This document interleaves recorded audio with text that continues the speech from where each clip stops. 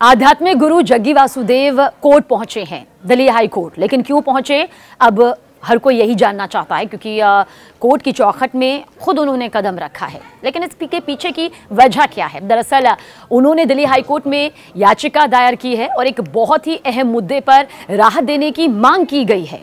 सदगुरु जग्गी वासुदेव ने दरअसल दिल्ली हाई कोर्ट में एक याचिका दायर कर अपने व्यक्तित्व अधिकारों यानी कि पर्सनालिटी राइट्स की रक्षा की मांग की है। उन्होंने खासकर जो है आर्टिफिशियल इंटेलिजेंस के दुरुपयोग से खुद के अधिकारों की सुरक्षा करने की गुहार लगाई है।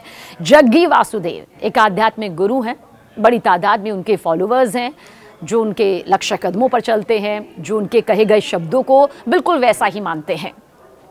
वहीं पर जग्गी वासुदेव के वकील ने अदालत को बताया कि सदगुरु के नाम के बिना यानी कि उनकी इजाजत के बिना कई ऐसे उत्पाद हैं, कई ऐसे प्रोडक्ट हैं जो कि बेचे जा रहे हैं, धड़ल्ले से बेचे जा रहे हैं। मामले पर ज्ञान लेते हुए सुनवाई के बाद दिल्ली हाई कोर्ट के जज जस्टिस सौरभ बनर्जी ने कहा कि अदालत इस मामले में अंतरिम आदेश पारित भी करेगी। आध्यात्मिक गुरु सदगुरु ने कहा कि उनके वकील ने अदालत में यह दलील दी है कि उनके नाम और तस्वीर को अवैध रूप से इस्तेमाल किया जा रहा है। कोर्ट को बताया गया कि कुछ अनधिकृत वेबसाइट्स यानी कि कुछ ऐसी वेबसाइट्स हैं और विक्रेता हैं जो सदगुरु के नाम पर अपने प्रोडक्ट्स को, अपने उत्पाद को बेच रहे हैं, जिससे उनकी प्रतिष्ठा और अधिकारों का उल्लंघन हो रहा है। इस मामले की देखिए सुनवाई के दौरान सदगुरु की ओर से पेश हुए सीनियर वकील साई कृष्ण राजगोपाल ने कोर्ट से ये अनुरोध किया है, दरख्वास्त की है कि सदगुरु के व्यक्तित्व अधिकारों की रक्षा के लिए एक डायनेमिक इंजंक्शन जारी किया जाए। यह दरअसल आदेश भविष्य में ऐसे सभी संभावित उल्लंघनों पर रोक लगाने के लिए आवश्यक बताया गया है। अब हाईकोर्ट ने जग्गी वासुदेव की याचिका पर क्या कुछ कहा, यह भी आपको बताते हैं। दरअसल कहा यह गया कि वो इस विषय पर विस्तृत आदेश पारित करेगा।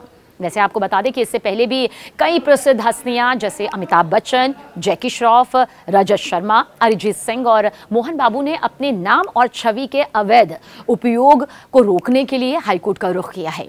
ये याचिकाएं व्यक्तित्व अधिकारों की सुरक्षा के लिए एक बेहद महत्वपूर्ण कानूनी पहल मानी जाती है।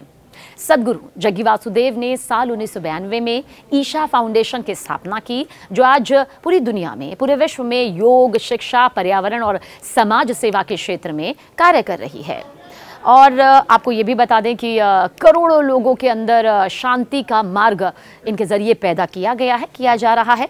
सदगुरु कहते हैं कि आपका अनुभव ही आपकी ज़िंदगी है, आपका जीवन है, और इसे भीतर से बदलो, बाहर की दुनिया बदल जाएगी। और ऐसे कई उनके कोटेशंस हैं, उनकी राय हैं जो लोग सुनते हैं, देखते हैं। लेकिन फ़िलहाल तो वो राहत चाहते हैं। राहत की मांग कानूनी प्रक्रिया के तहत उनके और उनके वकील के ज़रिए दलीलों के साथ कर दी गई है।